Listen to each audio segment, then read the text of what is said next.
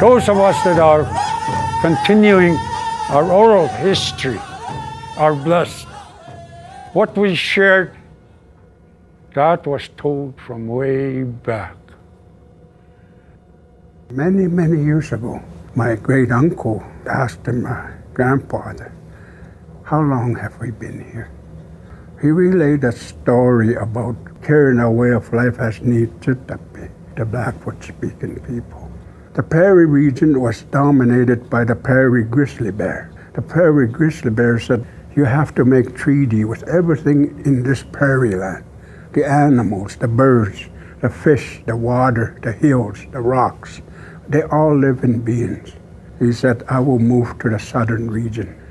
And so they became Ts'qescen, the people of the plains, of the open country. We were part of the ecosystem. We were not masters of it. The buffalo and the moose and the elk and the antelope and the deer and the grass and the trees were more than us. Well, we were raised to believe that everything has a spirit and that everything around us is alive and has a purpose. We praise Creator, giver of life. We give thanks to Mother Earth. You know, after we grow up from our biological mothers, the earth becomes our caregiver.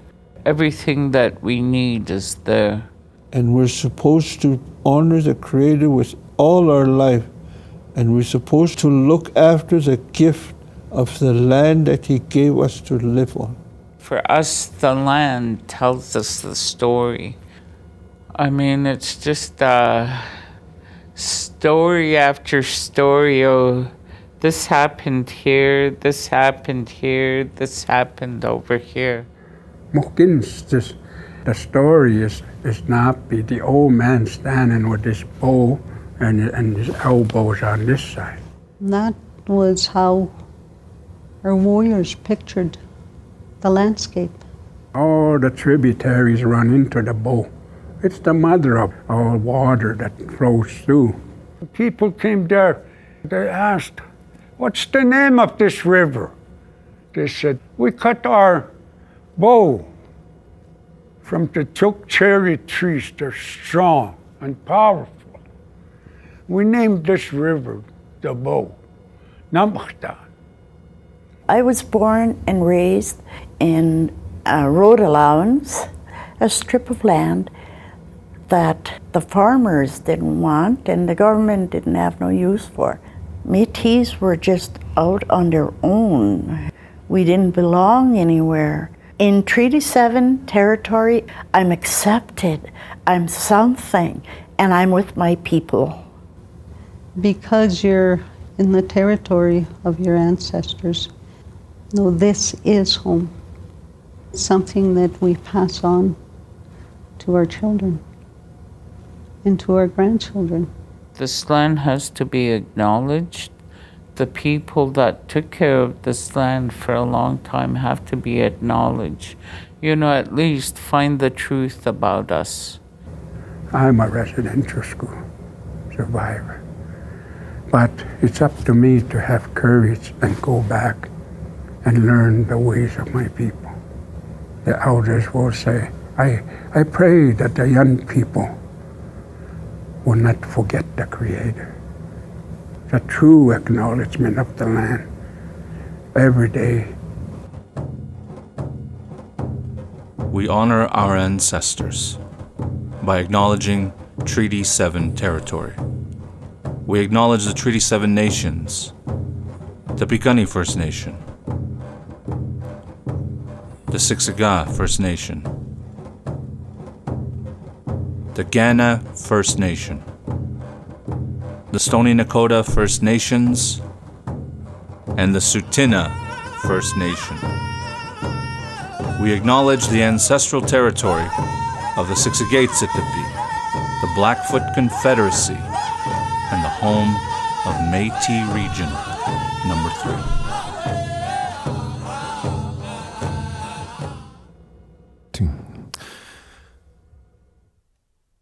What a beautiful presentation.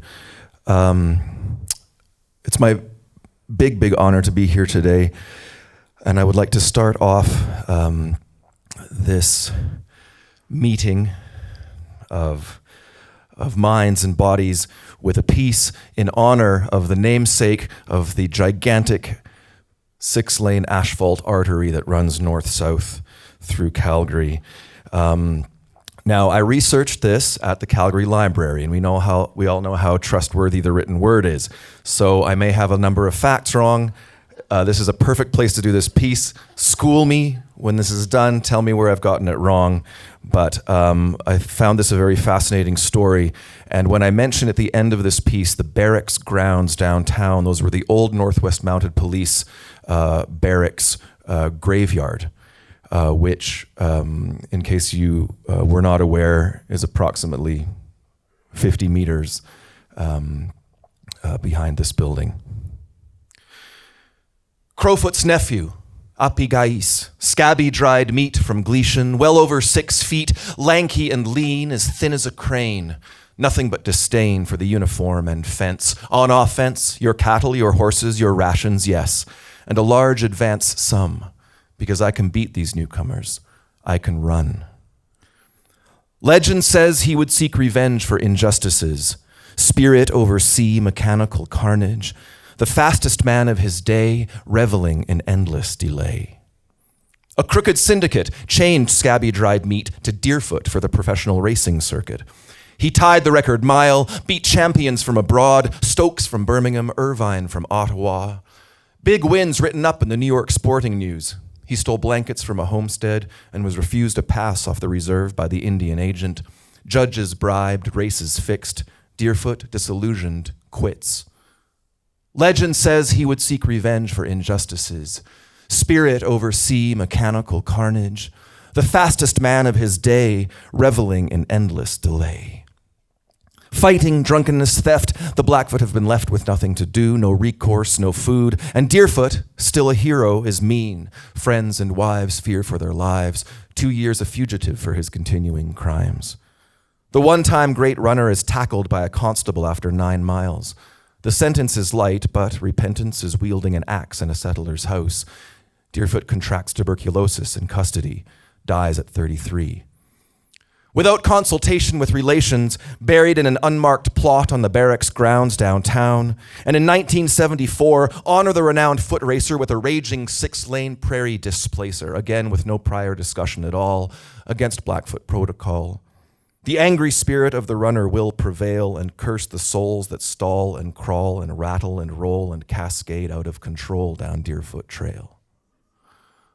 Legend says he would seek revenge for injustices. Spirit over sea, mechanical carnage, the fastest man of his day, reveling in endless delay. Thank you.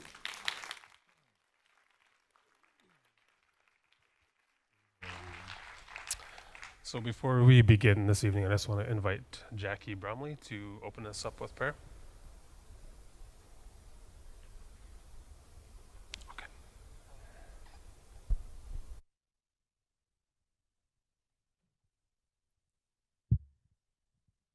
I'd just like to welcome everybody to this event. And I'm going to say my prayer in my Blackfoot language. And it's an honor to be saying a prayer before the event starts. Hayo Chipata Piyok. Hayo Natose. Hayo Imini. Hayo no Kashpomo Kinonan Okanita Gitanista Kanok Pinon. Peiki Mokinonak. Ninoch Kekshim Statu Pinon. Hayo Natose. Hayo no Kekim Miss no Koshinaniksi. No Kekim Miss and Okamukshita Sotoka Puau Keks. Estis to make she tasso kinakyo.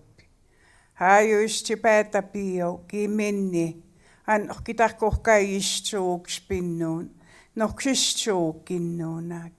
Noch spummo sa muksita pawau keksan oktisokti. Hayu nato se. Hayu nok spummo kinno takukitsukiksim statu kinno nan okkortaaksi poissa. Kennekin okkanista pokamanista kinato se. Istipäätä pioki menni. Ken, thank you.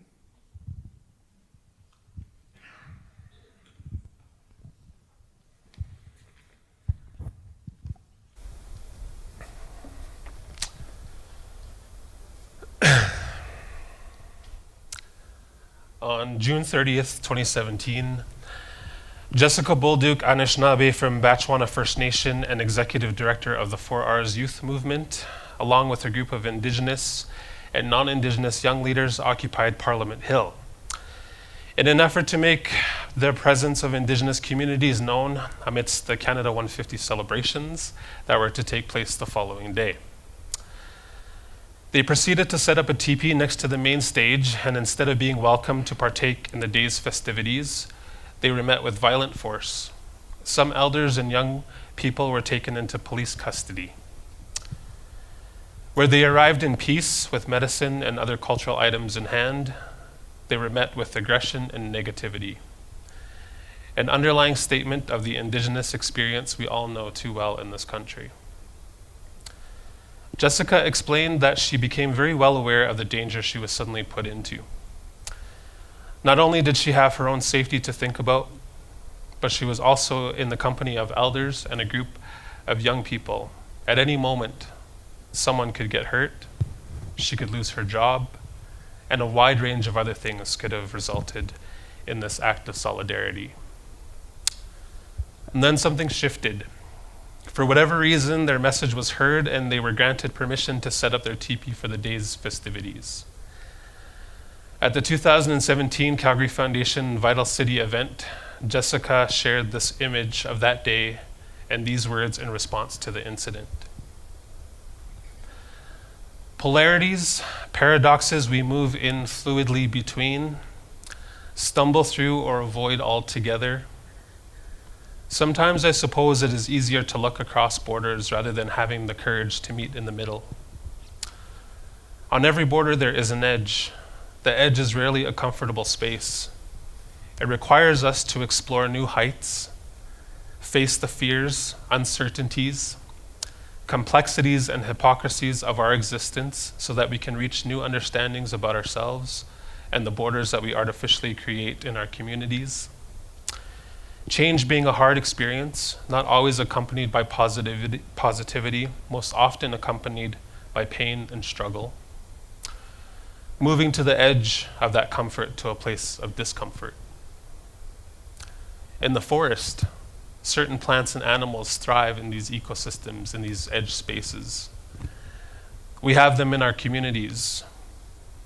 People who leave the safety of the borders to reach out and expand our sense of community, bringing us back together in a different and more whole way, because the changes that we need won't happen where we are safe. I call these folks edgewalkers, the innovators, the facilitators, the stewards, the bridge builders, those gifted with the skills to help dying thoughts do so with grace while holding space for something new to emerge. The people who see the light in the darkness. In my community, Edgewalkers are a new generation of Indigenous and non-Indigenous leaders who have no patience for the status quo, who are deeply interested in the potential of the future and have a hunger to contribute to a better world. We've learned from the past and are using our Indigenous worldviews and understanding of modern systems to shape a future possibility that values the well-being of all rather than only a few. We find these leaders in cities, on reserves and Métis and Inuit homelands. Because we walk in two worlds, Indigenous people have a unique way of looking at the world. We are bridge builders. We're here to help Canada to walk towards the edge, to look at the issues and reconcile the past. Okay, niksukua, nistuni taniko naidwisa gasam. I just greeted you in the Blackfoot language and shared with you a name that was gifted to me as an infant from an elder in my community.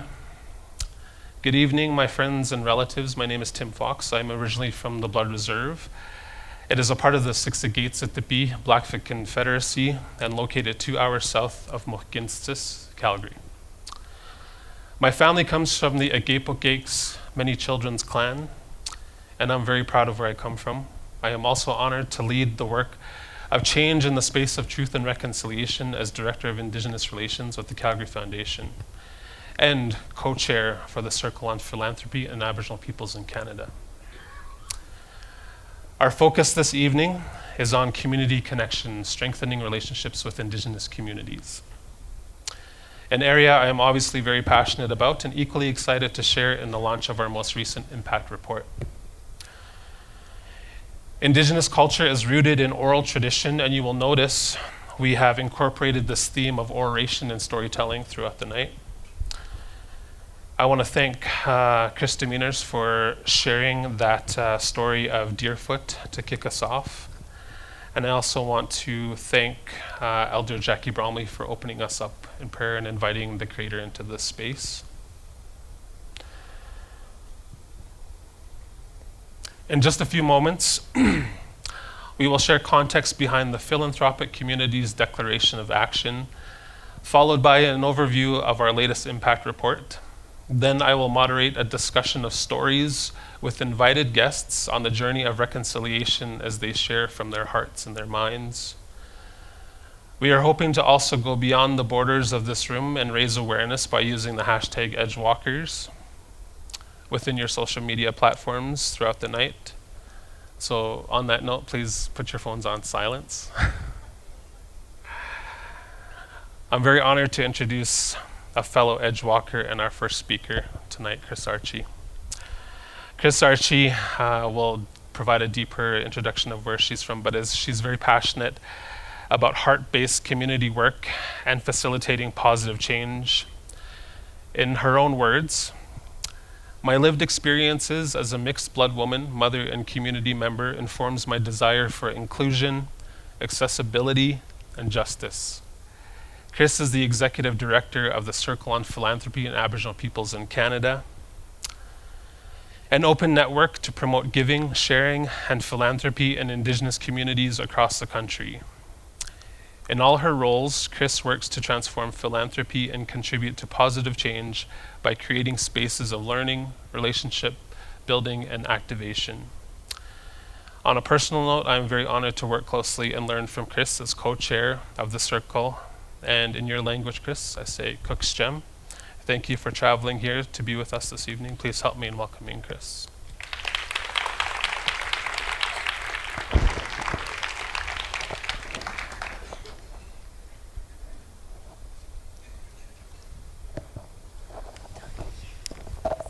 Before I begin, it is my duty to let all of you wonderful folks up there hiding in the back, I invite you to come on down. I can't promise that folks really close up here won't bite you, but I have a feeling that they're a friendly bunch, and so please do invite you to come on down. I think Emily would be very happy if you did. Other folks as well. Wake na wake, Kris Archie and Ts'qescen, Seaman from Ts'qescen. That's me saying hello. My name is Kris. I'm Seaman. That means that I'm Indigenous to the Sequatmik Nation. My home community is Ts'qescen. We call that place Broken Rock because it's indicative of the land where we are currently, where it looks like giants have thrown rocks into the hillside. The federal government calls it Canam Lake Indian Reserve Number 5, but as some of you might know, they're not so great at naming things. They're not as good as we are. My dad is fourth-generation settler to Canada. And as I get older, I become more interested in understanding what that settling was for him and his family and the generations that came before him. I'm so honored to be here tonight, to spend time in this beautiful place of learning. I had a little quick and fast tour of this space. How many, just show of hands, how many of you have had an opportunity to do a tour of this library? Ooh, that's amazing. Well, then we're all in good company here. I had the unique pleasure of heading upstairs to the 4th floor where there were some elders sitting around eating cookies, because that's what good elders do. I noticed, maybe they're here, they didn't offer me any cookies. So they weren't my grannies, my kias. But it was a beautiful space. It was really nice to come into a public library and to know that there was a space like that existed here. It made me feel at home, because I am clearly not from here. Home is on the other side of the Rockies. You guys might know about this place called Burnaby Mountain. I lived not too far away from that place in the unceded territories of the Musqueam, the Tsleil-Waututh, and the Squamish communities. I find myself very humbled after hearing Tim speak earlier about Edgewalkers. I didn't understand what he meant when he talked about Edgewalkers. And I knew that when he said it, and I thought of Jess Bolduc, I was like, yeah, that makes sense.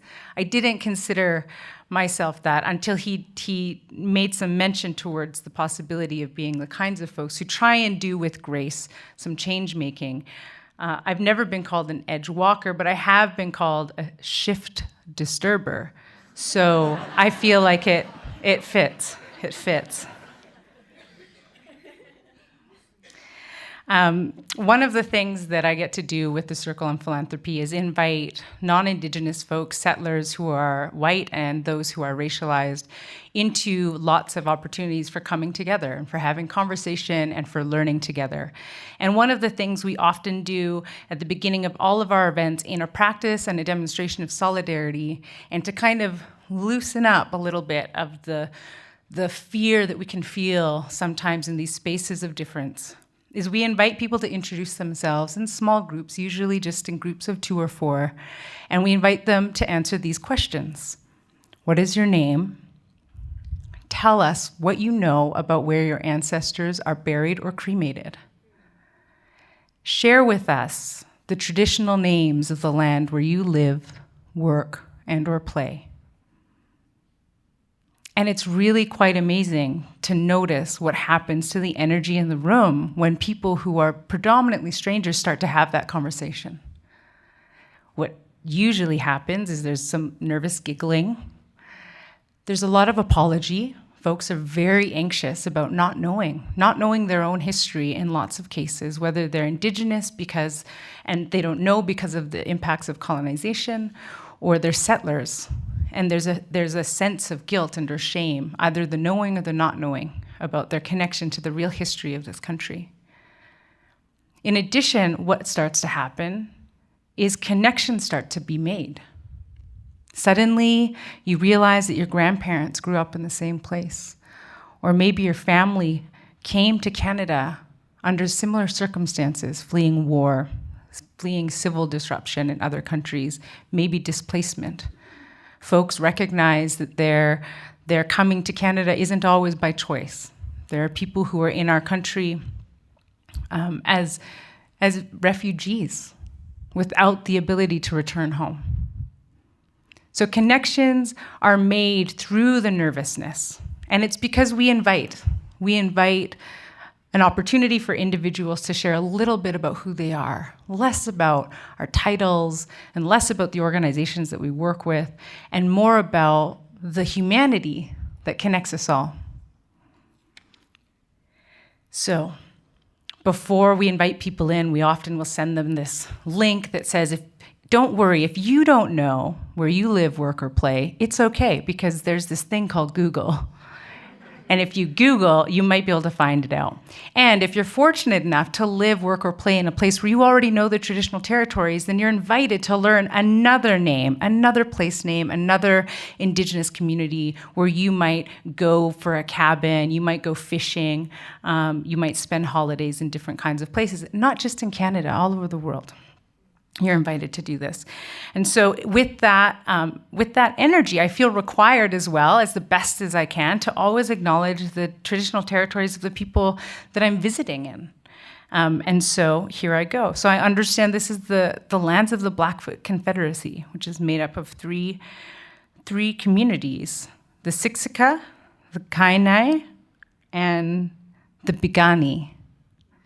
In addition, the Tsuut'ina peoples, the Iahe Nakota. Ooh, I caught that, see? It's okay, we can make mistakes. I apologize. I'll get it better next time. And also the Métis Region 4, just this little video here. 3, okay, thank you for that. See, that's how easy it is. You know, we can get it wrong, we can be corrected, we can get it right. I'll make a note on my thing right now. Thank you.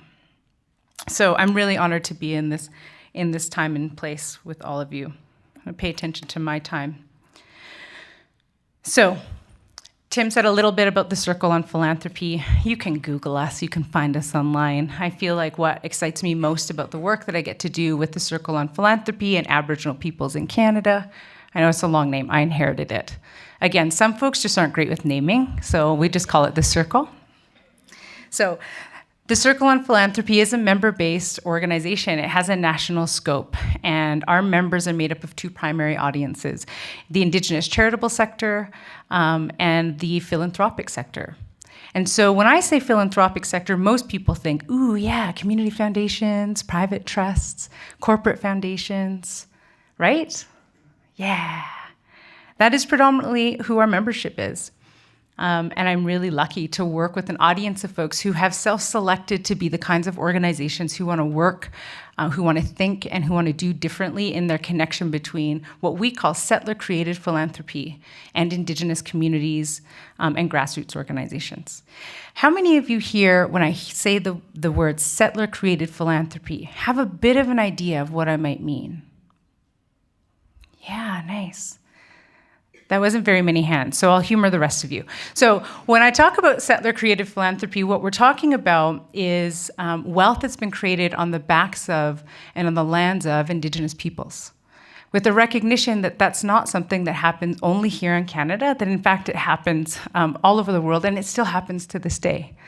And so you'll hear me say that probably a couple more times, but I just wanted to make sure that you know what I mean when I say that.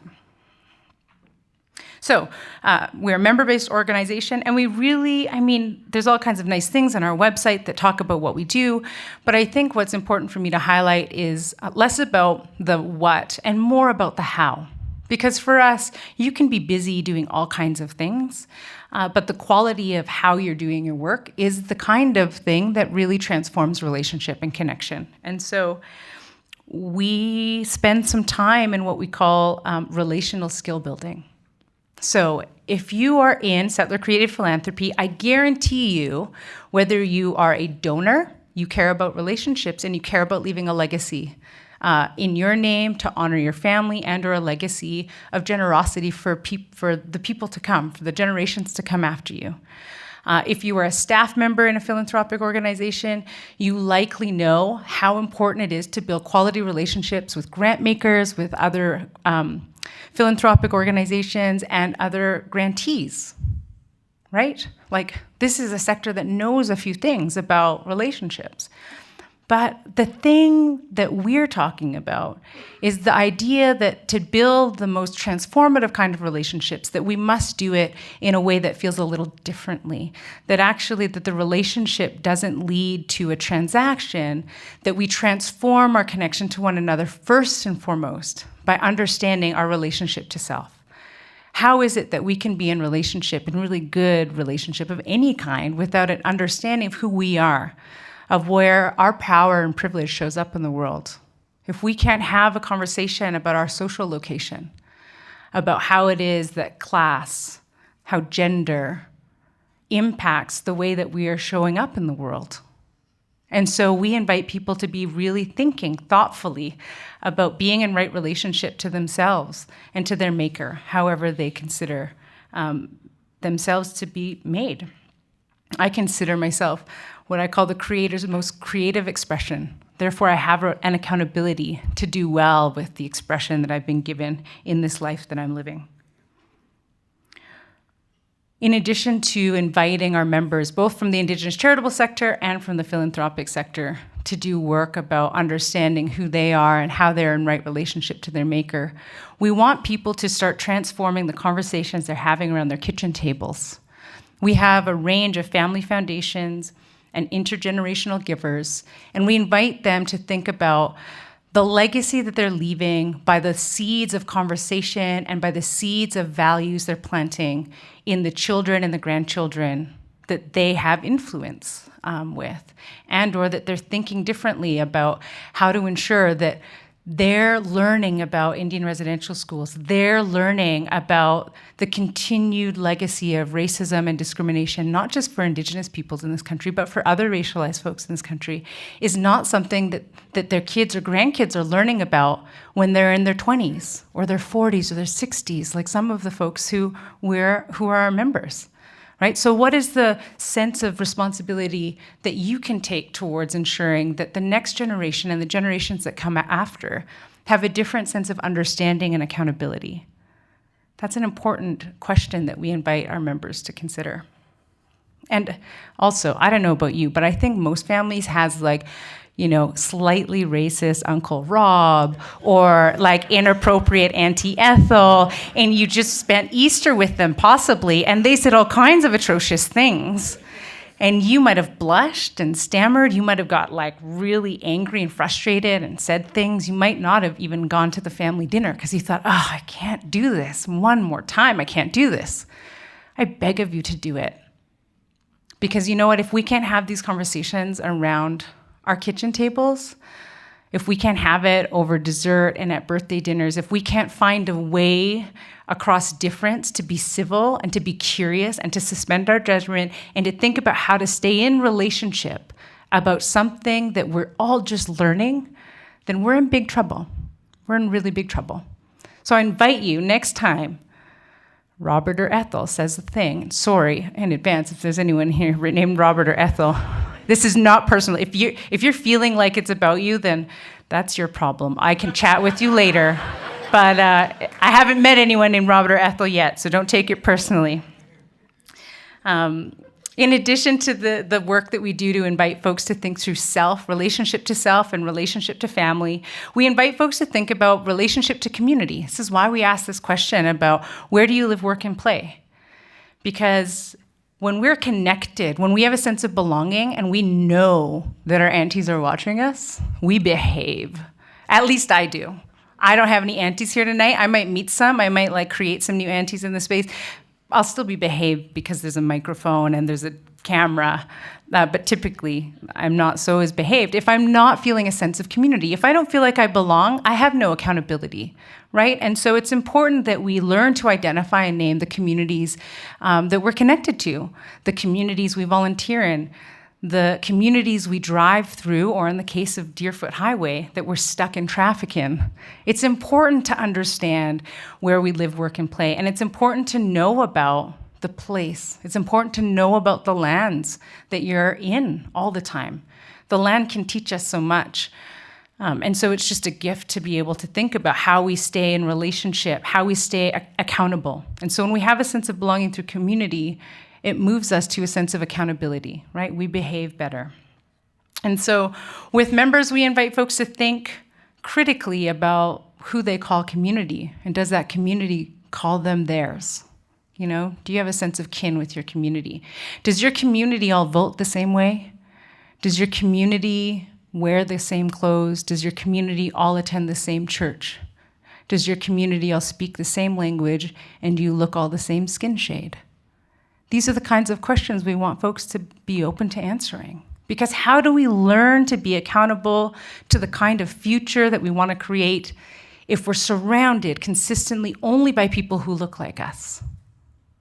Right? We're missing out. We're missing out in a really big way. So, self, family, community. We invite skill building through each of these spheres of influence because the final sphere is philanthropy. My youngest brother is a hunter. And when my brother gets ready to go out deer hunting, there's a whole set of practices and behaviors and skills that he needs to have to do that well. And his ultimate goal is, well, to shoot a deer and to take care of that deer in a good way, and then to share it among our community members, right? These are traditional practices of deep, deep philanthropy. But the thing is, my brother doesn't just like wake up one morning and grab his shotgun and head out the door. No, he has preparation to do. And so the story about my brother and thinking about all the work he does to put himself in right place, to make sure he's strong, to make sure he's in communion with his maker, for him to know about who in his family or his extended community is in need of the meat or the hides to make drums or the antlers to make rattles and the hooves to make medicine items. He needs to be in right relationship in order for him to do his best giving, in order for him to do the right kind of sharing. He needs to be in right relationship to the resources that he has available to share. And in this case, it's an animal. It's an animal that's given his life. So there's a legacy already built in for many of us about how you prepare to be a good giver. And so philanthropy is the fourth sphere of influence that everyone in this room is connected to. Our invitation is that, in fact, you have to be thinking about and creating the practices that set you up to be the best kind of steward of resource and the best, most generous giver that you can be. And you can't do that disconnected from a sense of self, a sense of family, and a sense of community. I find lots of joy working alongside settler-created philanthropic organizations who have self-selected themselves to be members of the circle and, more importantly, signatories to the Philanthropic Community's Declaration of Action. This was a document that was created by a host of amazing folks in the philanthropic sector in 2015, and they presented it to the TRC in recognition to the response that in the calls to action, the philanthropic sector was not identified as beholden to the calls to action. And they said, wait a second, actually we are. We're not explicitly named like government or media or education, but we have a role to play. And so the creation of this declaration meant that philanthropic organizations across Canada signed on and said, hey, we really care about the truth and reconciliation calls to action. And we commit to changing. We commit to deepening relationship. And we deeply, deeply commit to making sure that these 94 calls to action are met. And so it's been almost 5 years. Calgary Foundation is one of those declaration signatories and a member of the circle. And it's been a total joy to get to know Tim and also to witness under Eva's leadership the commitment to changing first inside the work of Calgary Foundation. I think it's a gift to the sector, actually, and I really do mean that. One of the things that I'm noticing about what's happening here in Calgary is that you're influencing the sector in ways that we couldn't have imagined. The report tonight, seeing it, made me really happy to see the voices of Indigenous folks front and center, right? Indigenous wisdom front and center. The video tonight, front and center. I think that what's happening here is a demonstration that donors, staff of philanthropic organizations, community members, we can all learn from and practice in different ways. What I see happening here is that the Calgary Foundation, in partnership with communities, are asking really good questions. You're asking really good questions. You're asking questions you don't actually have the answer to, which is not something that philanthropic organizations are known to do, to be honest. It's okay, we can laugh at ourselves, right? The other thing is that you're listening to community, right? And I think that we can all learn from what it is to listen to community. In addition, there's a clear commitment to shifting practice and policy inside. How can we go out into the world and talk about how to do this reconciliation business if you can't talk about it inside of your own organization? What we see and hear often, not just when I'm hanging out in Alberta, but all across Canada, as folks are saying, hey, there's some really great things happening over there. And I think this is last but not least, there's a real focus to continually learning and to sharing what it is that you're learning. And I think that is a gift both to the community that you're working with, that deep listening, the asking of questions, and sharing back to others what it is that you're learning is a gift for so many of us. So I am really pleased to be here and to just provide some comments about the work that we get to do and how I see that good work really taking root here. Just another thing quickly. How many of you on the way in saw this little booklet and picked it up? Ooh, good. That's good. Pull it out. I don't know about you, but I know how much these little books cost. They're a pretty penny. So I want to make sure that each and every one of you who has one, that you put it to use. So first, the first thing is find, there's no page number on it. There's this very first section, and it's actually called The Principles of Reconciliation. So just do a little fold, like dog ear it, so you know you can find it again. When you go home, or whenever you find some quiet time, take a read. One of the things I like to point out to folks is that in this time when everyone's talking about reconciliation, we're forgetting that, in fact, the Truth and Reconciliation calls to action begin with addressing the legacy. That the first 40 or so, some odd recommendations are under this header called Addressing the Legacy. And so the first page of calls to action, flip that too, little dog ear there too. And about halfway through, at call 43, is when it finally begins to shift towards a section called Toward Reconciliation. It doesn't say reconciliation checklist, though that might be easier some days.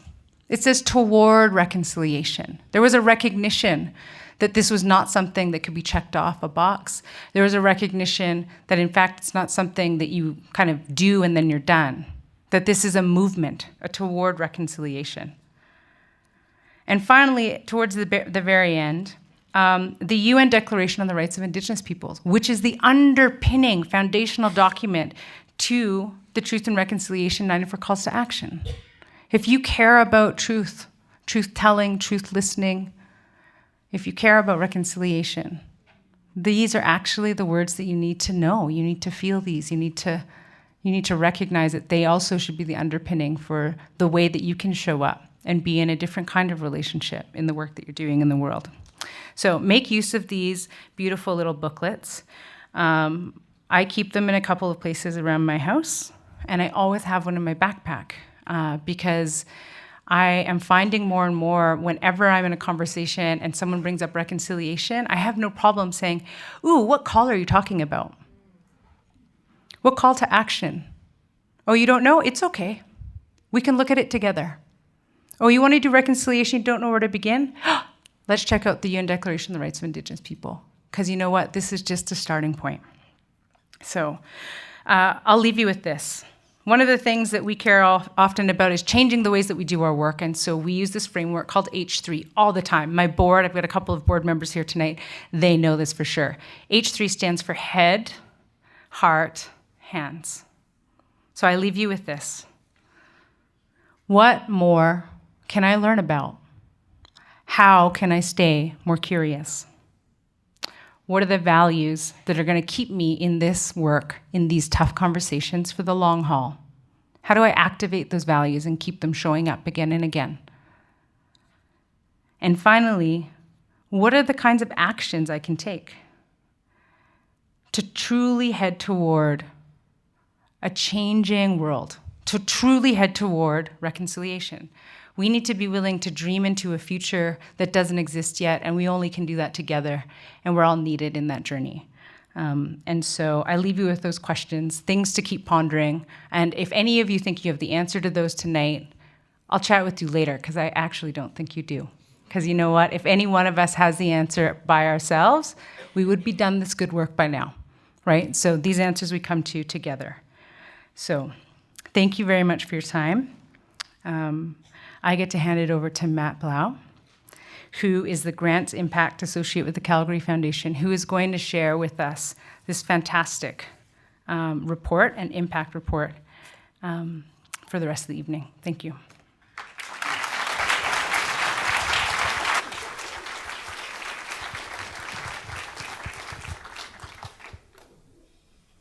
Come to the edge, he said. We can't. "We're afraid," they responded. "Come to the edge," he said. "We can't. We will fall," they responded. "Come to the edge," he said. So they came, and he pushed them, and they flew. When we came up with the idea of allies and edgewalkers as a theme for the evening, this poem came to mind, and how often I feel like those people that are being called.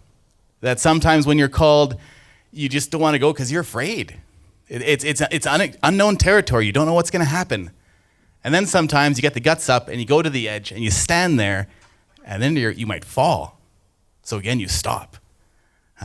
With that in mind, I'd like to invite anybody standing at the back down. There's still lots of seats down here. Don't worry, no one's going to look at you. They're all looking at the nervous guy holding the microphone. So my name's Matthew Blough, and I'm the Grants Impact. I'd like to stop there. I was challenged recently by an elder that when I introduce myself as the way I'd like to be known. So my name is Matthew Blough. I am a husband, a father to 2 beautiful children, the youngest of 3 brothers, and a son to my mom and dad. I grew up out in Cochrane, Alberta, which is just northwest of Calgary. And for most of my career, I've worked for charities, and I'm currently the Grants Impact Associate with the Calgary Foundation. As I begin to talk about the report that I hope most of you had, I'd like to provide a little bit of context behind our process and my brief presentation here this evening. What we were looking to understand in this work isn't about proving a point. It isn't about crossing a proverbial finish line and saying, yes, we've did it. We've done it. Let's move on. Our goal with this work, and in using what's called the outcome harvesting process, is to take time, to reflect, to do research, to connect with community, to understand what's happened, what's working, what's changed, what's in the way, and what's ahead. As we began our work in the outcome harvesting process, we looked back over the last 5 years of our grant making into the community. And as we looked at the grant making, at the final reports, these realms of change started to fall out. Changes that included changes that we were seeing in community in reading these final reports, changes we were anticipating that would include strategies and planning documents, as well as changes that we were hopeful for. The process is developmental. It's a learning process. We're hoping to better understand and improve the work that we do and the work of those that we support.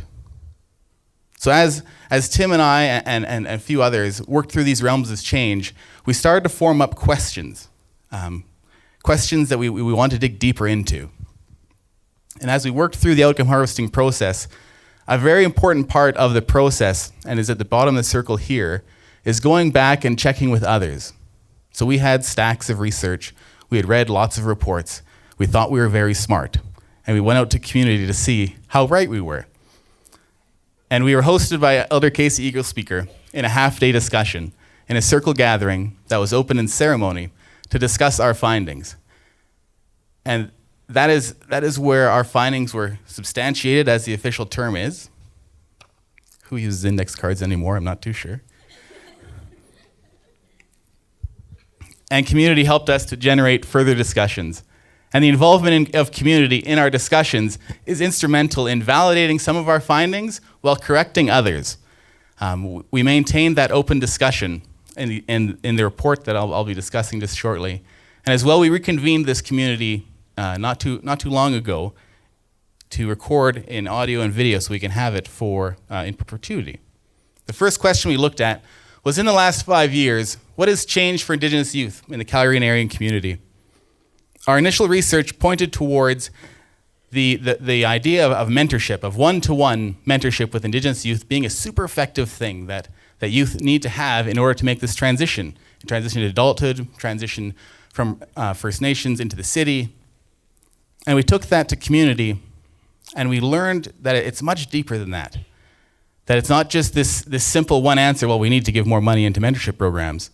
The entire community is involved. Elders, families, charities. an important point was brought up that Indigenous youth are looking at how to engage elders, but they're not always sure how to do it or where to do it. Youth these days are very distracted by social media, by technology, and other stresses.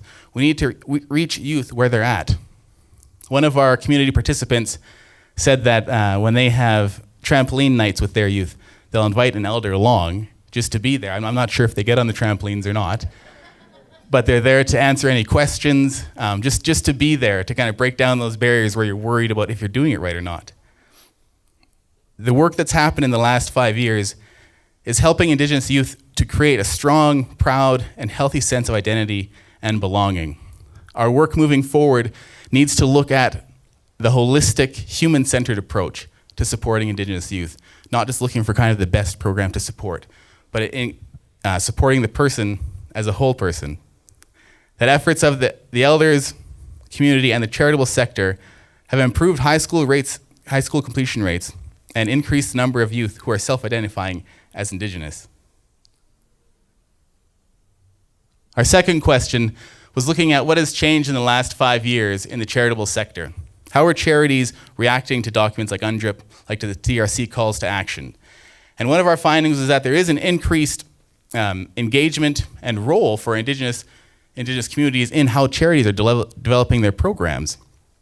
One thing that we've found is that there is an increased role for elders and knowledge keepers in charities as they develop programs. But as we dug deeper into this research, we did find that on occasion, elders and knowledge keepers were being treated more like consultants. And if any of you write grant applications, you'll know that sometimes there's just a budget line for consultants. And our research was pointing out that, elder honorarium, the elder would come in, deliver the program, and then move on. And this is really underplaying the significant role that elders can play in community, their leadership, their knowledge.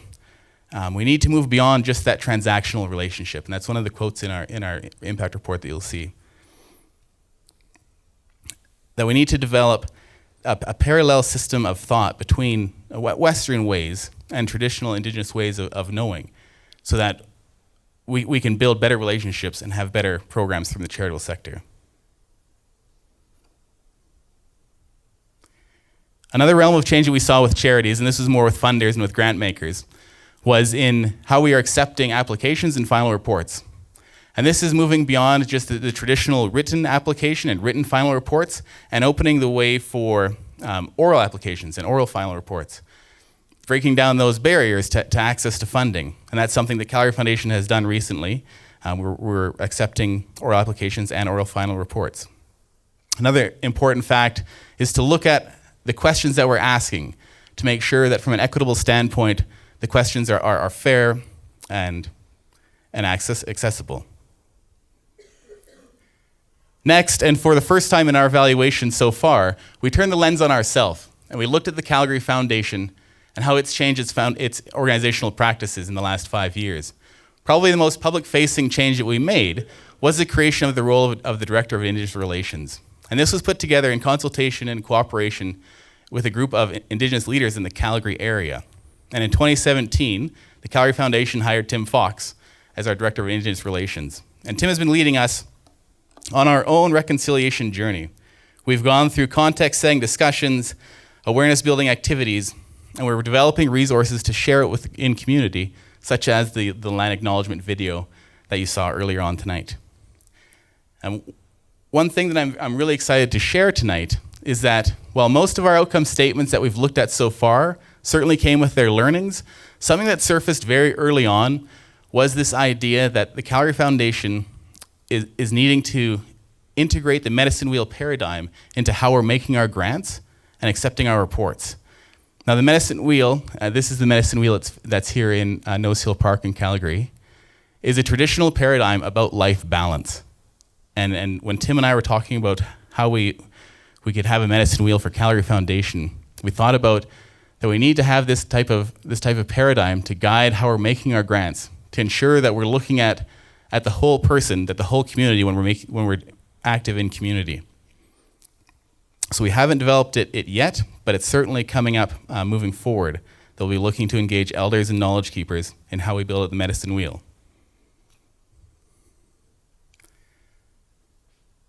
The final question, as is up on the screen, was about the changes in the broader community. What were we seeing in municipal government, in community, around Calgary and area? And this type of work is at the very early stages. There's lots of planning documents, there's lots of strategies out, but that impact is still kind of further down the line. Since community was so heavily involved in our evaluation tonight, in discussing the findings, in helping us kind of find our way down the path and in correcting some of our mistakes, we went back just before, a couple weeks ago, back to the group that helped us in our report to ask them what changes they're seeing in community. What gives you hope? And instead of me standing up here and reading those answers, we have a very short video for you tonight for them to share their own thoughts, and I hope you enjoy it. Thank you.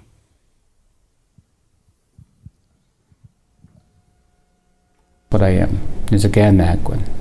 I am a member of that. And I think our young people need to look at that. They need to be able to see and hear the message that it's okay to be just who they are.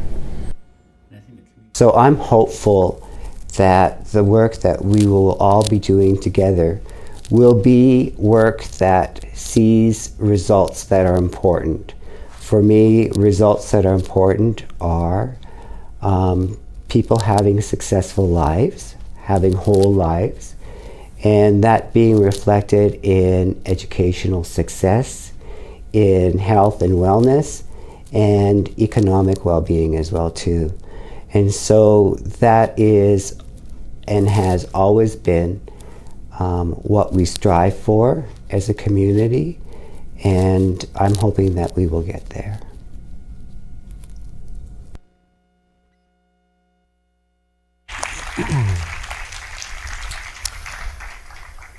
So we are running a little bit behind time, and I always find that a funny thing, this whole notion of time. But if you really have to leave at 7:30, then you're welcome to leave. But I also invite you just to throw that notion of time out the window and stay engaged with us as we allow enough time and space for this next portion of storytelling with these amazing people. So I'm going to talk a little bit about. I have some questions for the panelists here in my hand, but we also wanted to engage all of you folks, and so we're using some technology called Slido. You're going to need your smartphone for this, and if you just go to slido.com and type in the hashtag Edgewalkers, you can ask some questions as well. So I may not get to all of the questions that I have in my hand for all of you folks, because I do want to engage the audience as well. So if you have a question, you can either vote on a question that's already been asked, it'll pop up here on this big screen, or you can ask a brand new question, and then what I'll do is I will ask one of the questions, the most voted on questions. So that's how it's going to work.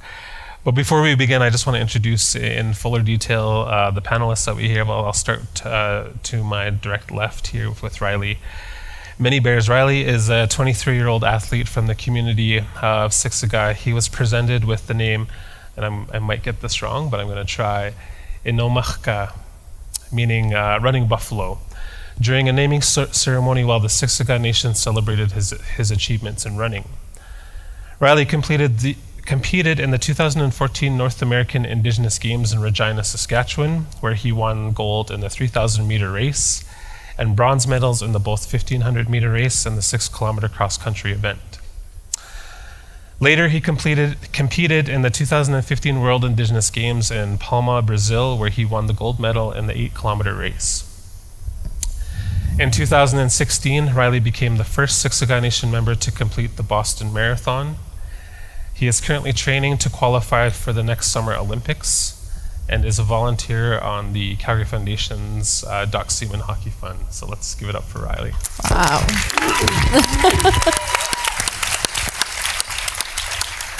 Amazing, and he inspires me all the time. Next to Rilee, we have Eva Friesen. She has been the president and CEO of the Calgary Foundation since 2005.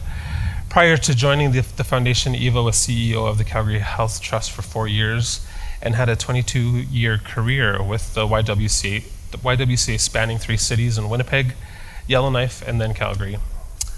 In her role, Eva's focus is on community, the charitable organizations serving it, and most importantly, the outcomes of the service.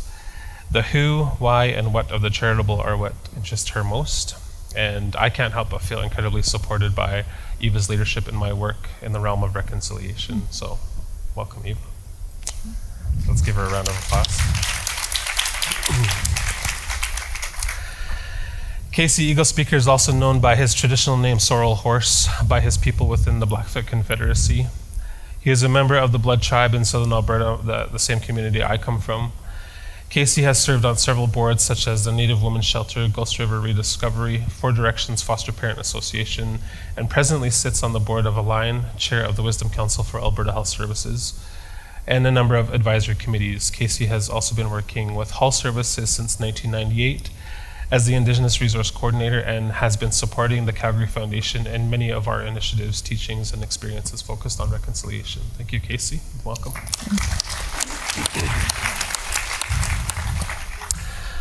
Alexia McKinnon is the Associate Director, Indigenous Leadership and Management at the Banff Center for Arts and Creativity. She is excited about the opportunity to learn from and work with Indigenous people and communities across the country.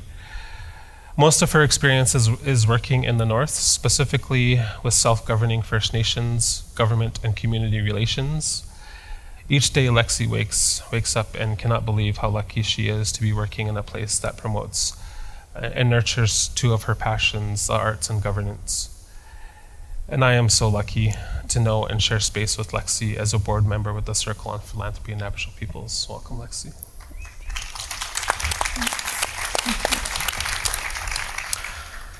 So I'm just going to go through these questions one by one, and then I'll shoot up to the audience questions. So the very first question I have for any one of the panelists is, the Final Truth and Reconciliation report was released in 2015, outlining new opportunities or calls to action to begin a collective journey toward reconciliation with Indigenous communities.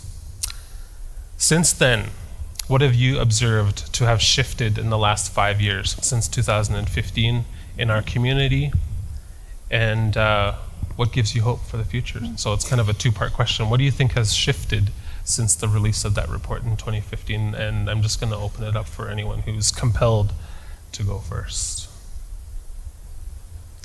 We're all looking at Casey. Maybe Casey wants to start us off. Yeah, what's changed? I think the mindset of people. You know, and I had this discussion earlier, but it actually started with the young people. They're the ones who are searching for truth and are unafraid to hear the truth. And I think that's slowly shifting to the adults, that they too must now become unafraid of the truth, the real truth of the Indigenous people. And I think that shift is now beginning to take a strong hold. You know, the hope is that our young people will continue that journey that they've allowed themselves to take. I was just sharing earlier that I was at Ernest Manning talking to a bunch of students, grades 10 to 11 there. You know, I'd say 99% of them were not Indigenous. And they have since sent letters over to where I work, and they dropped them off yesterday. I was going through them today. It's incredible what they're saying, that I have to unlearn what I've been taught. I have to really see the Indigenous people as human beings, not just some form of entity, as one person put it. These are real, live human beings. I also see that hope is tomorrow, and they quoted me on saying that, you know, we have to understand our parallels and commonalities. We have to fill in the gaps. You know, a shovel is made of 2 parts, wood and metal. But it takes equal turns at that shovel to fill in a gap. And I think it happens for all of us. We each have an equal share. Yeah, you often hear the term in Blackfoot, hello, my relations. We see that in ceremony to call in the spirit world. But in settings like this, when I say Nikshokwaks, and I heard some say that, my relatives, the deeper context and the deeper meaning to that in Blackfoot is that we have this shared collective responsibility for the well-being of our people and our community. That's a shift I've started to see. Things are happening out there in the sector, and we see that in the largest employer in Alberta about Indigenous inclusion.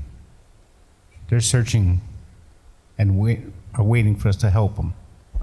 And that shift has happened with Alberta Health Services, that now we're looking at inclusion of our Indigenous medicines and our practices. And they have a clear understanding that at no point in time will they be able to analyze our medicines, but to accept how they work. That to me is a major shift. Truth has to be heard. One has to have the bravery and courage to accept the truth and release the falsehoods in our mindsets and really take a strong hold of the truth in your heart. That's how we're going to fill in that gap. Thank you. Okay. Anyone else? Sure. Yeah, I heard somebody wanting to give applause to that. Let's do that. Dunje uye ashnia Aishihik ama nakadata ata mundasa atsua nankinya. So I think one of the major changes that I've seen is a real shift in Indigenous people to be proud of who they are and where they come from and to be learning the stories. I think what's shifting and changing is that I felt safe to use my own language, Southern Shoshone from the Yukon, to introduce myself to you. I felt safe that I could share my spirit name and the name that the community gave me. And I felt safe to introduce myself in the way that I would to my own community. And so I really want to thank all of the Indian residential school survivors who shared their stories for the settlement, and then the Truth and Reconciliation Commission that created the 94 calls to action. And really the forethinkers for the United Nations Declarations on the Rights of Indigenous People, because those are giving me the tools to be able to show up into spaces with a framework to hopefully try to enact change, going from a head to a heart mindset. And I think for me, when I knew there was a real shift was back in my own home community. And what happened is it was our General Assembly, so there was about 400 of our community members who came together. And we always have a youth and an elder and all the community representatives. And for one of the very first times, the youth put a resolution to the table.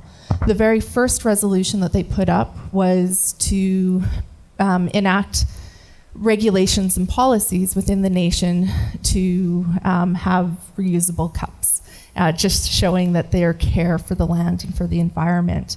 But one that made me realize that our people will be healed and that we are getting stronger is the young people said enough to alcohol and drugs and substance abuse. And so we have all these traditional places within our communities, and many times those spaces were being used with maybe not the same respect that would have been done in the past. And so what those young people did is they said no more disrespect in those sacred spaces. And so they introduced a resolution to say no alcohol and drugs in our sacred spaces. And it caused a big community conversation, because when you change and disrupt a way or a pattern and a place of going, it became a really contentious debate within our community. And it was also the first time where we went back to our traditional voting systems for inviting those delegates to say whether they were in support of the youth. So to hear the youth voices and how strong they were in their own language and in their own culture and in their own ceremony, and having a clear vision of where they want to bring our people moving forward, it just gave me that moment when the community or the assembly passed the resolution. And it was a moment in time where you knew that our community had shifted. And so what's happening now is our community is going back to our origin story. So the traditional story of where we came from And we're recording and analyzing all of our traditional stories from all our places, and we're going back to them to pull out what our natural sources of law were. So the protocols, the ceremonies, and what we're going to be doing is to be taking that and shifting our governance structures into our old ways of being. And that's going to be shifting how we do and deliver our programs and services. So I'm really proud of the Calgary Foundation and going back to the harvesting and the medicine wheel. And I'm really excited about the work that you're doing. So that's what I see changing, and that's what I'm hopeful for. Awesome. Thank you. Thank you. Yeah. Almost like a reclamation of a disruption in our ways is kind of the theme that I got out of those responses. Shall I move on, or is there anyone compelled? Okay, I'm going to keep us moving along here. This question, Rilee. There are so many great things happening, as Lexi and Casey just pointed out, with the next generation of Indigenous youth. Can you reflect on your personal reconciliation journey as a young person, moving from Siksika to the city to living internationally, and anything else? Technically, I still live in Siksika, so FYI. I was living out in Kenya for a bit. So from my standpoint, I see a lot of changes ever since 2015. I noticed I'm a third generation, but it's kind of sad. Like my generation they're not familiar with the TRC calls for action. Like I'm gonna say it, I just read some TRC calls of action like a couple hours ago. So. But I learned a lot in those 3 hours. So. And I was like, nice. What really stood out for me was the whole sport reconciliation part. So for me, being an Indigenous athlete, I faced many barriers. I dealt with like racism. I dealt with substance abuse, and so like as being an athlete, I faced many barriers. Like trying to be a full-time sponsored athlete. Like it's really hard. Like living on the First Nations community. Like it's hard to get like financial support because everyone is doing fundraisers for like local hockey teams, volleyball teams, and basketball teams, and myself. But so far over the years I've seen is like a lot of people, not in my community but elsewhere, is they're pursuing education. Education is as the elders always mention is our modern buffalo. Education provides food, clothing, and shelter. So it's amazing seeing, people like younger than me, pursue and through academics, and so it's amazing seeing that, and so it just shows that our people, like are resilient, and so I know, but I really love to see. I'm sure I'll definitely get into the whole TRC Act and whatnot, but so like it's just amazing. And I don't like to call it truth and reconciliation. I would like to call it truth and reconciliation action. So that's why I like to hear that. That sounds a lot better. So take dibs. But yeah, so I just, I'm sure like the next coming years it's gonna drastically change, and I always believe in a positive future. We always focus on the negative stuff. I love to see amazing stuff going on. So yeah, that's my standpoint of it. Awesome, thank you so much. I just want to also give a shout out to Rilee that keep an eye out for this guy, and when it comes to that Olympic time, that there's going to be many non-Indigenous athletes who will have no problem getting a hand up and a raise up when it comes to sponsorships and all that kind of stuff to support them in that venture. And I really want to raise this young man up, being Indigenous, representing our communities when it comes to that time. So watch out for him. And if you have any connections, just keep an eye out for those connections. Eva. There was a recent Canada Helps report that says a very low percentage, 1%, of donations nationally are given to Indigenous organizations or Indigenous-led projects. What are local organizations working in this space doing that you can support, and how, or what can be done to encourage charitable giving in the space of Indigenous initiatives? So when I read that statistic, Tim, 1% in Canada, I thought to myself, oh, that is awful. And it was pretty sad, made me feel crappy. So then I thought, well, let's see how we're doing at the Calgary Foundation. So that took some digging and some number crunching. And since 2014, we've captured and identified, when we give grants, which priority it's to. We've started to call it our priority for strengthening relations with Indigenous communities.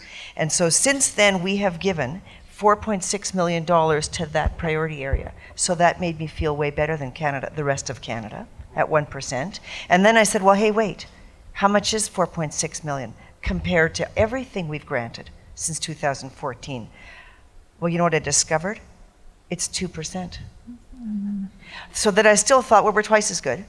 And then I said, well, wait, Canada Help statistic was money given directly to Indigenous organizations, not just for work on the Truth and Reconciliation calls to action.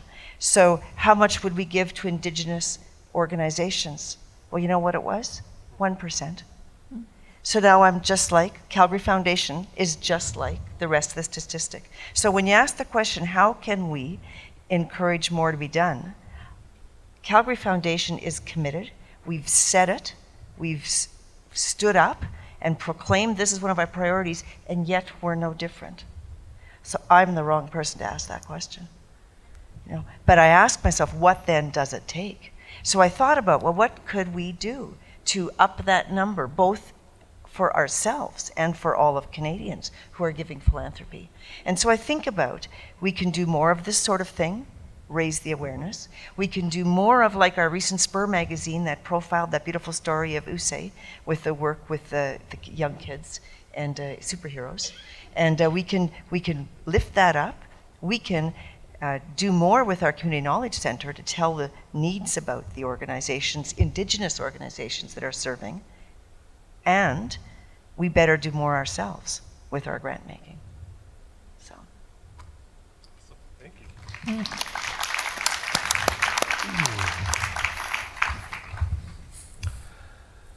I'm going to go back to Casey for this one. There are many people from many different sectors in this room tonight. Can you speak to the importance of embedding the work of truth and reconciliation into non-Indigenous environments? Yeah. So do mine all in Blackfoot. And if you can embed that, we're well ahead. No. I think when you're looking at that, if you're going to be creating relationships, it does start from one person's heart. You know, we can listen to a lot of things out there, and people often ask me, how do you keep all this information in you? I said, because I don't keep it in my head. Mm-hmm. I've lived it, I've walked it, I breathe it. It's embedded in here. The TRC call to action should be embedded in every human being across Canada. You know, the atrocities that happen to us. You know, I look at, how do I do that? How do we, as a people, unite? And really understanding what is truth and reconciliation. Yeah, it's much like Rilee, when I also don't like the word reconciliation, because every time I hear the word, it's about discussing what it is. It is about reconciliation. It is about Indigenous inclusion. I think in the work that you're doing in any, whether health, education, justice, social, whatever it is, to embed that in what you do, is to say, how do we embed this? Maybe it's looking at the Indigenous inclusions into policies and procedures to detoxify some of the colonialistic system that's existing there. Because we can never decolonize everything in life. That's the impossible journey. Indigenization, I can't indigenize Eva here. Yeah, she comes from her own culture group. She'll never become a Blackfoot unless she walks through mud. No. But you look at that in reality and saying, what can you do? What is that courage and bravery that exists within your heart that says, I need to see all people to have equality and fairness in every stage of life? Because it's non-existent in some areas. it's now beginning. You know, I look at that and I know that there's major corporations out there who are embedding that theory of the truth and reconciliation. You know, and Suncor is one of them who's actually doing that. They have the Indigenous Youth Council now, who's actually going to give advice to Suncor rather than vice versa. They're going to take the lead from the Indigenous youth from across the country. They're embedding things within the way they do work, the way they do their business. And I think if we go through that and you look at the fields that you're in, education, whatnot, is to go in there unafraid, but to come in with an open heart and an open mind. You know, to see the dreams. I mean, we look at our way we do things and we say, when we do our prayers, we're also praying for 7 generations ahead. And I'm praying every day when I look at that the people around here, across Canada, and looking at that, and saying all people, somewhere along the line, their hearts need to fall open. Not to be closed to the myths and the stereotypes and misguided beliefs of Indigenous people, but to accept the truth for what it really is. Because when the truth really does come out, you're going to find the vibrancy of life. It's being able to sit up there on nose heel and hear the footsteps of our ancestors, hear the thundering hooves of the buffalo that used to roam here. To be able to open that concept, to be able to really get to that level. And my grandkids and I go up there once in a while, and I ask them to open or close their eyes and really picture what this area looked like prior to early settlers. And I describe it while they're sitting there. Then I ask them, put this into your heart. Do you hear our people running through here? Some very lightly. Do you hear the buffalo running? Do you feel the vibration of the earth? More often than not, they'll say, yeah, we do. I said, then let that be part of your life. Let us be a part of your life. Let us be a part of the system that's going to create that healthy community, that collective mindedness, and to hold each other accountable to what we can do around reconciliation, about building healthy, strong relationship with each other. In Blackfoot, and I just teaching the Sundancers I have that, I always remind them to remember our pipe, that sacred pipe, is a physical prayer. It doesn't symbolize anything. It is the physical prayer to hold you accountable to the reason why you accepted or searched out to carry the pipe for the people. Now we're asking you, are you willing and open and ready to take that and to put it into your practices and saying, I need to do my fair share? You don't all have to do it. And don't aim for the multitude. Do what you can. That's all that's required of you. It's like the hummingbird. When a great fire broke out, the great bear, the wolf, and the owl stood guard to make sure all forms of life were able to escape this fire. They're working in unison with each other. When they noticed the hummingbird was going into a lake and getting a drop of water, going back into this massive fire and dropping it. After a while, the wolf tried to stop the hummingbird, but the hummingbird only flew higher above him. Short time later, the great bear stepped on his hind legs and tried to stop the hummingbird. Again, the hummingbird flew higher. It was after several trips that the owl finally intercepted the flight of the hummingbird and had him stop and says, my little brother, the hummingbird, my brother the wolf and my brother the bear and I have watched you all day taking one drop of water at a time to that great fire. And it all seems so hopeless of what you're trying to do. Why are you doing it? And the hummingbird, without hesitation, simply said, I'm only doing what I can, and then continued. If we're going to embed the TRC, then we can only do what we can individually. But collectively, like a drop of water of a hummingbird, collectively, we can fill a glass of water for someone who may be dying of thirst. And we can quench that. Thank you.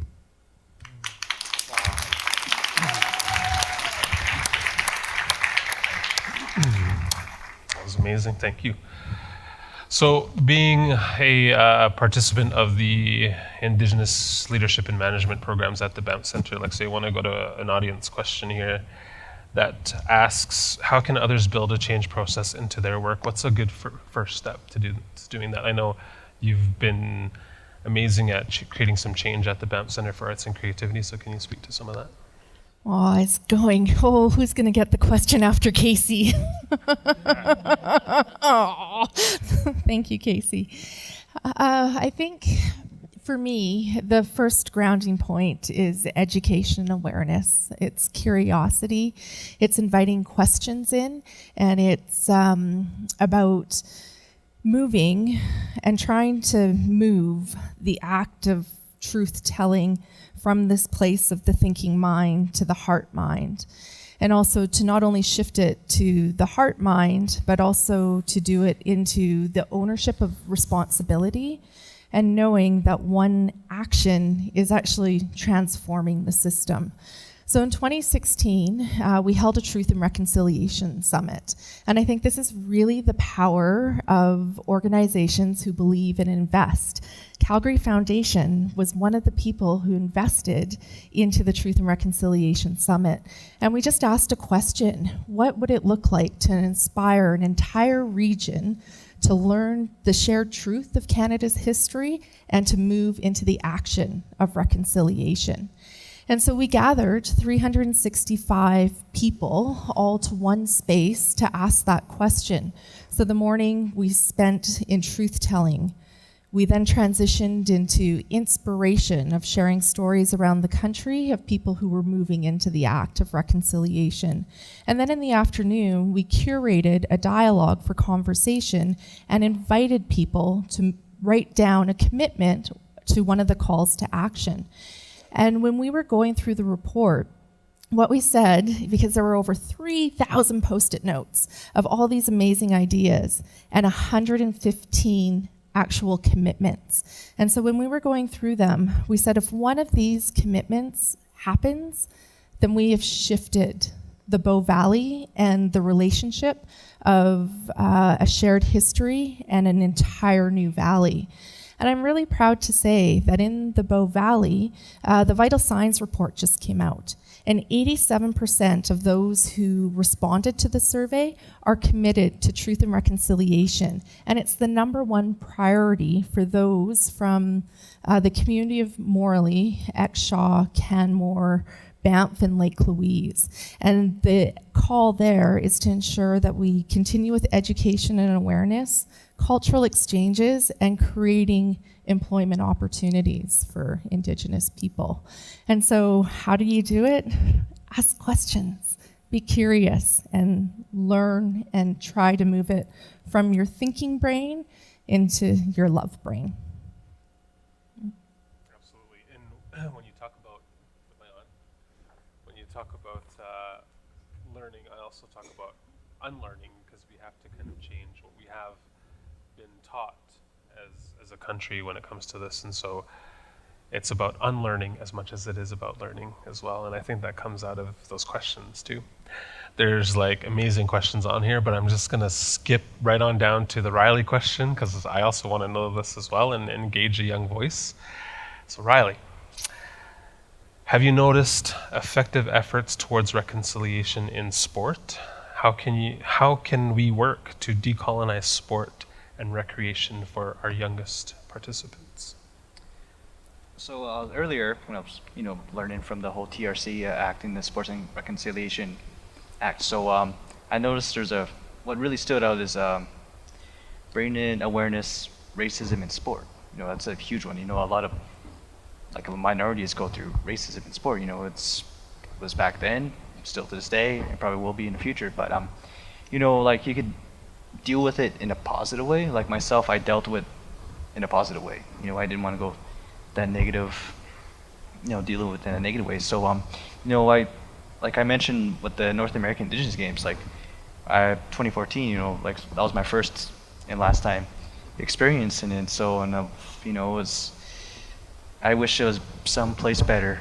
I didn't want to be in Regina, Saskatchewan. So, but like just going there, seeing like all these athletes from North America, just celebrating, participating in sport. Like sport is powerful. The power of sport, and just seeing, making memories about it, and also I noticed that also in the TRC Act, Sports and Reconciliation is like majority of these teams and athletes had to fundraise to get there. It wasn't the federal government, provincial government that provided that extra financial support. And so, what I like to see at, in future North American Indigenous Games is, funding, like sponsorships, like I know that next year is the 2020 North American Indigenous Games. I believe it's in somewhere, Halifax. There you go, thank you.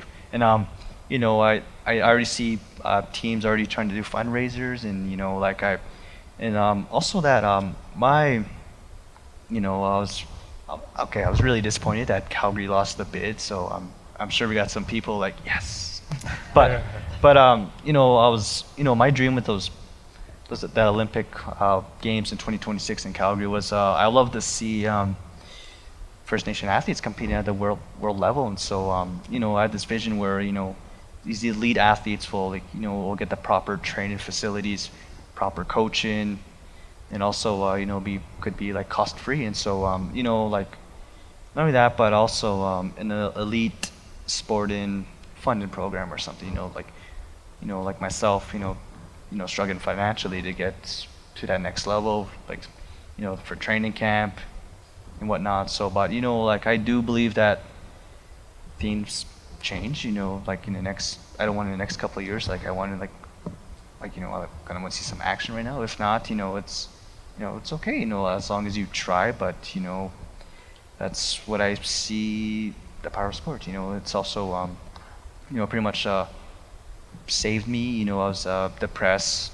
I was going through a lot because I'm an orphan, and also dealing with grew up in a rough lifestyle, rough environment, drugs and alcohol, and also lost a few young family members to suicide. And so I became who I am is because of my Indigenous role models. They, you think it's easy? They say you always hear these athletes saying, "Oh, train hard, this and that." But they said all these Indigenous athletes will say, if you want to be a great athlete, break that cycle. Don't do drugs and alcohol.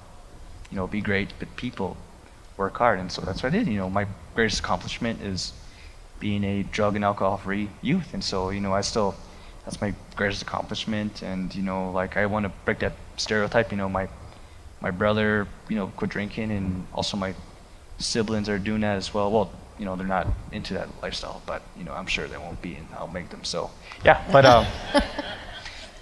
so yeah, like I do believe these next, not only that, but I've seen somewhere that an Indigenous Olympic team, but I love to see that, but I'm sure like I'll be pretty old, and so that's why. And then a lot of people are always arguing about why are you trying to try out for Team Canada. I was like, well, if there's an Indigenous Olympic team, I would go for it. But so yeah, that's my input on that. Awesome. That's awesome. Yeah.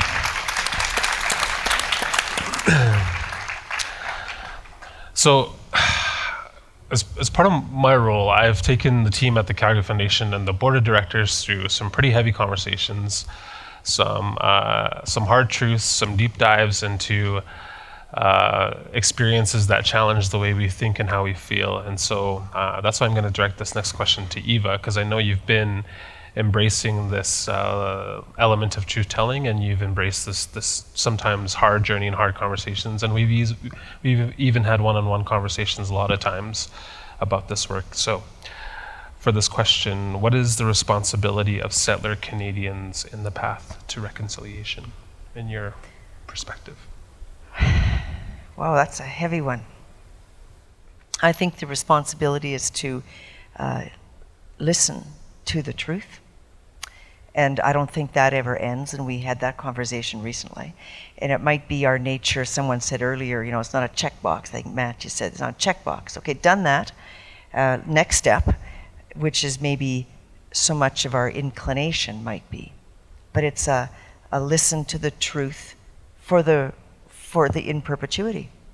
And then too, and I like the hummingbird story, it seems insurmountable, but to do where we sit, where we stand in our circle of influence, what we can. And it's interesting, we were at that place at the Calgary Foundation doing more grant making to all the right things. And we had the great advisory circle of leaders, and we were talking about what do we really do?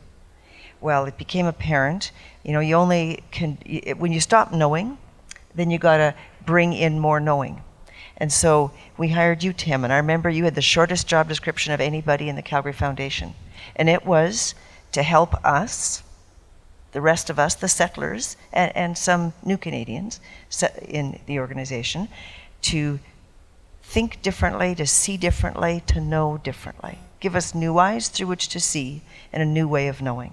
And I think that's the settler's responsibility, to ask the questions, to get that new way of knowing, which can only make our world a better place collectively, and then just each our individual worlds that we live in. That kind of, yeah.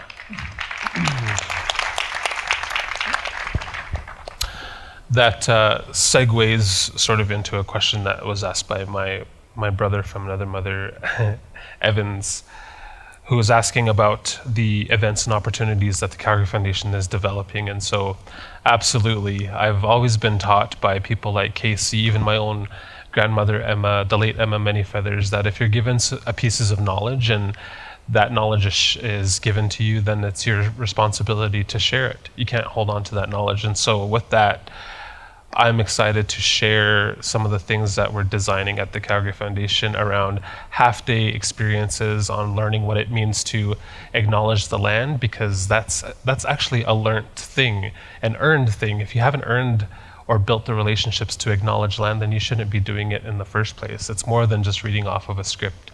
So we are building half-day experiences, and we're taking deep dives into that information. Similar, we're focused on things like impacts of intergenerational trauma. We're engaging community edgewalkers like Gets Crazy Boy, who's taking us through a walk through colonization. So all of these are experiences that the foundation has embraced and continues to embrace at a staff level, at a board level, and at a volunteer level, all levels. So yes, our plan is to share some of that. So watch out for that, and you'll likely see those invitations coming out from Katie McDonald or Emily, from a variety of us. So keep an eye out for those. I like this question as well, and I'm just going to open it up to anyone who feels compelled to answer this question. What are the best ways to combat resistant coworkers in the teaching profession? And I would say resistant coworkers really in any profession, but it's specific to the teaching profession. I'm looking at Alexia because you're a little kind of in that space of... Oh, I was thinking Casey. Anyway. I think for us, I think I can only share the journey and the experience that we've done out at the Banff Center. And I think when the calls to action came out, there was a real momentum and there was a real curiosity, and there were areas where people were able to feel really good really quickly, like they were making shifts and changes. Because of course, in any systems change, there's easy areas where things are flowing. And then sometimes to get to the deeper work of the root of the problem, there's areas where there's quite a bit of resistance. And so I think for us, when we started hitting those areas of resistance, we really had to take a moment in time to see how we were going to move forward. And so the acts of resistance sometimes really revolve around power and privilege and resources, and what does it really mean to create space for new ways of thinking, knowing, and being, and what does it mean if that means taking away what you typically have as that space. So there were areas of tension that opened up, and so there was a moment in time where I wanted to react and respond in the same way that the other party was entering the conversation. And then I realized that that wasn't coming to my main belief of leading from a place of love. So that is one of the sacred teachings, is how do you show up from a place of love? And then I started thinking, oh, well, if I was retaliating, that sure wouldn't be from a place of love. So how can I step back and start thinking about bravery and courage and truth-telling in a way to move things forward? And then I also took the time to step back instead of immediately responding, and I took the time to sit with elders. And elders gave me the guidance and told me that we have ways of doing dispute resolution mechanisms. And so if I was to enter the conversation from the Western way or colonial way, there is no way that I would be able to make advancement because I don't know that language, I don't know that way. So they encouraged me to go back to the ways that we know. And so we ended up having a healing circle and having our elders guide us. And what happened and how the institution was able to transform within those 3.5 hours of the time that we shared together has been amazing. And so now it has allowed our senior leadership team, our board of governors, to see that there's another way of conflict mediation where we can be in those hard truth-telling conversations, that we can sit, we can listen, we can feel, and we can come forward together with a resolution. And so what that happened is it allowed a doorway and a pathway for more truth-telling, more education, more awareness, and an how do you say that word? Operationalized? Yeah, that's the one. Of Indigenous knowledge embedded within the Banff Centre and their policies and structures. Awesome. Thank you. Yeah, Casey. We'll give you the last word. Yeah. So when it's an interesting question about resistance. I think I've heard that question thrown at me a few times in the past. I was having, the interesting thing about having resistance, especially in the teaching sector, is that I see it from a positive point of view, that if there's no resistance, then you're basically checking off boxes and nothing will change. But if there's resistance, that somebody's actually hearing what is happening, they're not just listening. And that the more you bring those teachings out and the truth out, the more embedded it'll become in their way of life. It's really just unknowing or undoing the mistruths. Because we know in Canada that there are discriminatory laws that affected the average Canadian towards their attitude and outlook around Indigenous peoples. And it's no fault of you, the ones who are in this audience today, it's no fault of yours. That is historical, political propaganda that we know of. But it's allowing ourselves to say, I need to go beyond the boundaries I have. I gotta stop living in a box and get into that circle where there's a beginning and no end. I need to be able to look at my own children from any culture that we come from to say, what can I do that they can have a better future than what we have today? That they can actually walk in harmony with each other without color amongst each other. But to really apply the human factor. We have all forgotten how to be human. Humanity is that ethical space that is required in any relationship, in any teaching facility, or any leadership that we have. You're all educators in your own way. And Tim's right. When you receive knowledge, share it. Because if you don't, you'll forget about it. That is the way of our people, that we look at things. And I look at that every day. And people ask me, don't you ever get tired of what you do? I said, maybe in the earlier days, I might have been finding it as a foreboding foe out there, or trying to do away with that. It was more around cultural racism, and it affects any culture in the world. There is cultural racism. It exists, and we forget about the humanity. When there is resistance, it's because that person is now leaning towards that humanness. They're leaning towards the real truth that exists in their hearts. Is just becoming unafraid, and the person who is applying that to be patient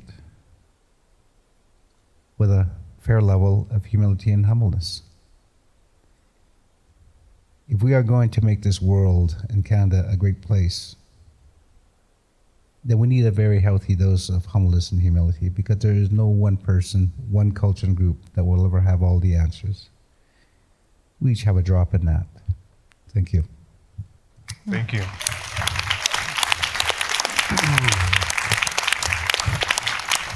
So I just want to thank the panel. There is no, from what I know, and correct me if I'm wrong, Casey, there is no Blackfoot word for thank you, but I just want to say sukapi, my hand to heart, for your words and for your time. Before we wrap up, there are two things that we got to do, two short things. I want to acknowledge that we also have within our space and with us this evening, the Calgary Stampede First Nations princess, and I want to give her a moment to kind of share some words before I formally thank people who have brought us together tonight. So come on up, Astokami Smith from the Siksika Nation. Come on up, and I'll just give you Casey's microphone. Thank you so much for having me at your event. It was very, very informative and helpful, especially with my title. A part of it is educating non-Indigenous and Indigenous people of our issues and our culture. So I will be sure to share this information with others as well. So thank you for having me. Thank you.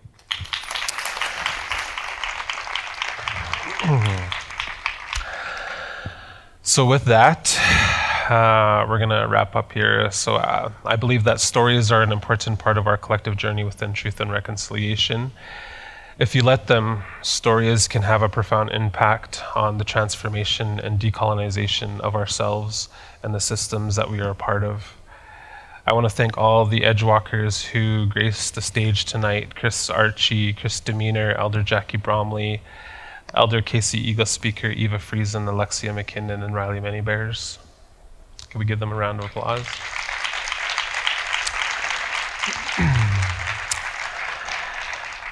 It's important to note that the harvesting of the information and the stories shared that contributed to this particular impact report were the result of an extensive journey. A journey that engaged Indigenous paradigms of thought and practice, elders and medicine. I want to acknowledge the contributions and voices of Elder Casey Eagle Speaker in that journey. Sherry Kellogg, Michelle Ranger, Christy Morgan, Angela Houle, Valerie Seapost, Janet Naklia, John Fisher, and Kirby Redwood. And some of them are here tonight, so can we please acknowledge them by a round of applause?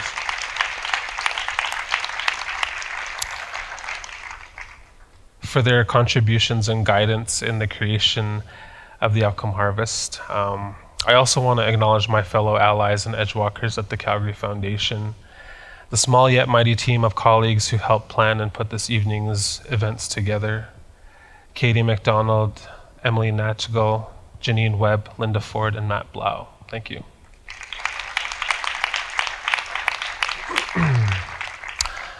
I want to thank the rest of our staff team and board members who are present this evening and who continue to embrace this journey of change within the process of reconciliation. And finally, I want to thank all of you, the community who has given your time to be present, to listen, to learn, to unlearn, and be inspired. In the words of Jessica Bolduc, who I shared a story with earlier tonight, I invite you to join us on the edge. The view will transform you. Thank you and achsigoku. Good night.